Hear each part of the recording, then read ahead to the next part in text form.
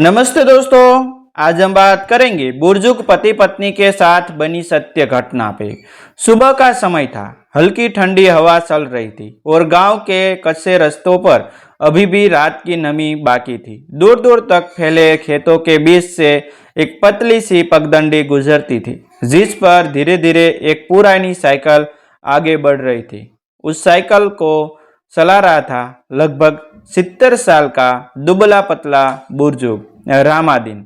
उसके चेहरे पर गहरी झुर्रियां थी, बाल पूरी तरह सफेद हो चुके थे और आंखों में रात भर की जागी हुई थकान साफ झलक रही थी। लेकिन उसके पैरों में एक अजीब सा हौसला था, जैसे हर पैडल के साथ वह अपने जीवन की सबसे बड़ी जिम्मेदारी निभा रहा हो। साइकिल के पीछे कैरियर पर एक पुरानी चादर बिछी हुई थी और उसी पर बैठी थी उसकी पत्नी सरस्वती, जो पिछले कई दिनों से तेज बुखार और कमजोरी से झूम रही थी। उसका शरीर इतना कमजोर हो चुका था कि वह ठीक से बैठ भी नहीं पा रही थी। रामदीन बार बार पीछे मुड़कर देखता और पूछता, सरस्वती ठीक तो हो ना? सरस्वती हल्की सी मुस्कान के साथ सिर हिला देती, लेकिन उसकी सांसें बात रही थी कि हालत ठीक नहीं है। रामदीन और सरस्वती की शादी को 50 साल से भी ज़्यादा हो चुके थे। उन्होंने जीवन के हर उतार चढ़ाव साथ देखे थे। कभी खेतों में मेहनत करके 2 वक्त की रोटी जुटाई थी, कभी मजदूरी की तो कभी गांव के लोगों के छोटे मोटे काम करके घर चलाया। उनके 3 बच्चे थे, लेकिन किस्मत ने ऐसा खेल खेला कि 2 बेटे शहर जाकर बस गए और धीरे धीरे अपने माता पिता से दूर होते चले गए। एक बेटी थी जो शादी के बाद अपने घर की जिम्मेदारियों में उलझा गई। अब गांव के उस छोटे से मिट्टी के घर में रामदीन और सरस्वती ही एक दूसरे का सहारा थे। पिछले हफ्ते से सरस्वती की तबीयत अचानक खराब होने लगी थी। पहले तो हल्का बुखार समझकर रामदीन ने गांव के झोला छाप डॉक्टर से दवा दिला दी, लेकिन हालत दिन बे दिन बिगड़ती चली गई। रात में उसे तेज बुखार चढ़ा जाता, शरीर कांपने लगता और कभी कभी वह बेहोश सी हो जाती। रामदीन के दिल में डर बैठ गया था। गांव के लोगों ने कहा कि उसे तुरंत सरकारी अस्पताल ले जाना पड़ेगा, जो गांव से करीब 15 किलोमीटर दूर कस्बे में था।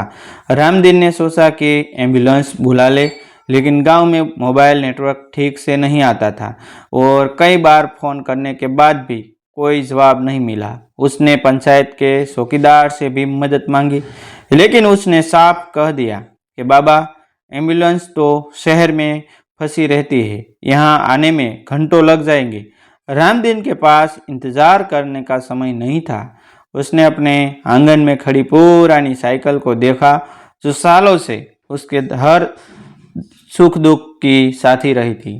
वही साइकिल आज उसकी आखिरी उम्मीद बन गई।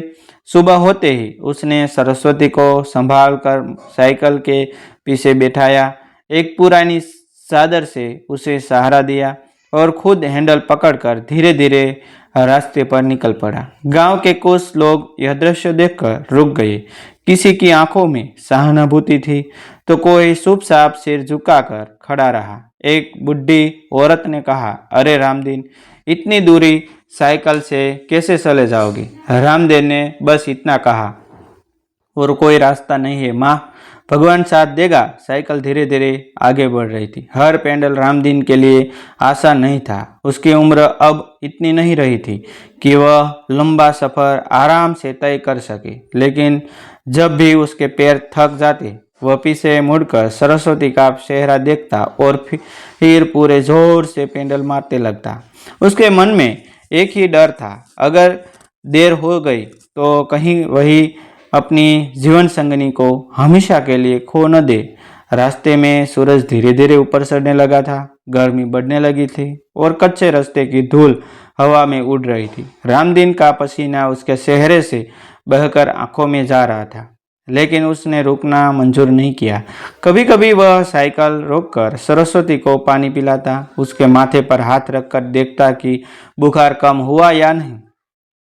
सरस्वती कमजोर आवाज में कहती, रामदीन, रहने दो, मुझे घर ले चलो, इतनी तकलीफ मत करो। लेकिन रामदीन हर बार मुस्कुरा कर कहता, अरे पगली, अभी तो हम बहुत दिन साथ रहेंगे, अस्पताल पहुंचते ही सब ठीक हो जाएगा। करीब आधा रास्ता पार करने के बाद रामदीन की ताकत जवाब देने लगी।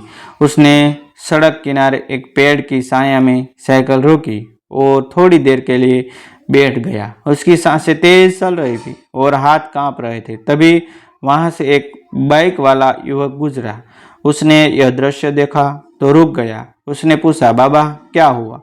रामदीन ने पूरी कहानी बताई। युवक ने सरस्वती को देखा, जिसकी हालत सच में गंभीर लग रही थी। उसने कहा, बाबा मैं अभी किसी को फोन करता हूँ, शायद एम्बुलेंस मिल जाए। युवक ने कई नंबर मिलाए, लेकिन हर बार वही जवाब मिला, एम्बुलेंस अभी उपलब्ध नहीं है। युवक ने अफसोस के साथ फोन बंद किया और बोला, बाबा सिस्टम ही ऐसा है, यहाँ मदद मिलना मुश्किल है। रामदीन ने धीरे से सिर हिलाया और फिर से साइकिल उठाकर चल पड़ा। युवक कुछ देर तक उसे जाते हुए देखता रहा। उस बूढ़े आदमी की जिद और प्यार देखकर उसकी आंखें नम हो गई। अब सड़क पक्की शुरू हो गई थी, लेकिन ट्रैफिक भी बढ़ गया था। बड़ी बड़ी गाड़ियों तेज रफ्तार से गुजर रही थी और उनके बीच में रामदीन अपनी पुरानी साइकिल को संभालते हुए आगे बढ़ रहा था। कई लोग उसे देखकर रुकते, हैरानी से देखते, कुछ मोबाइल निकालकर वीडियो बनाने लगते, लेकिन किसी ने यह नहीं सोचा कि उस वीडियो के पीछे एक बूढ़े आदमी की मजबूरी और एक बीमार औरत की जिंदगी दांव पर लगी हुई है। रामदीन के मन में कई सवाल उठ रहे थे। उसने सोचा, क्या सच में गरीब आदमी की जिंदगी इतनी सस्ती होती है? क्या सरकार के अस्पताल सिर्फ नाम के लिए है? अगर मेरे पास पैसा होते तो शायद आज मेरी सरस्वती को इतनी तकलीफ न झेलनी पड़ती। लेकिन इन सवालों का जवाब देने का समय उसके पास नहीं था। उसे सिर्फ अस्पताल तक पहुंचाना था।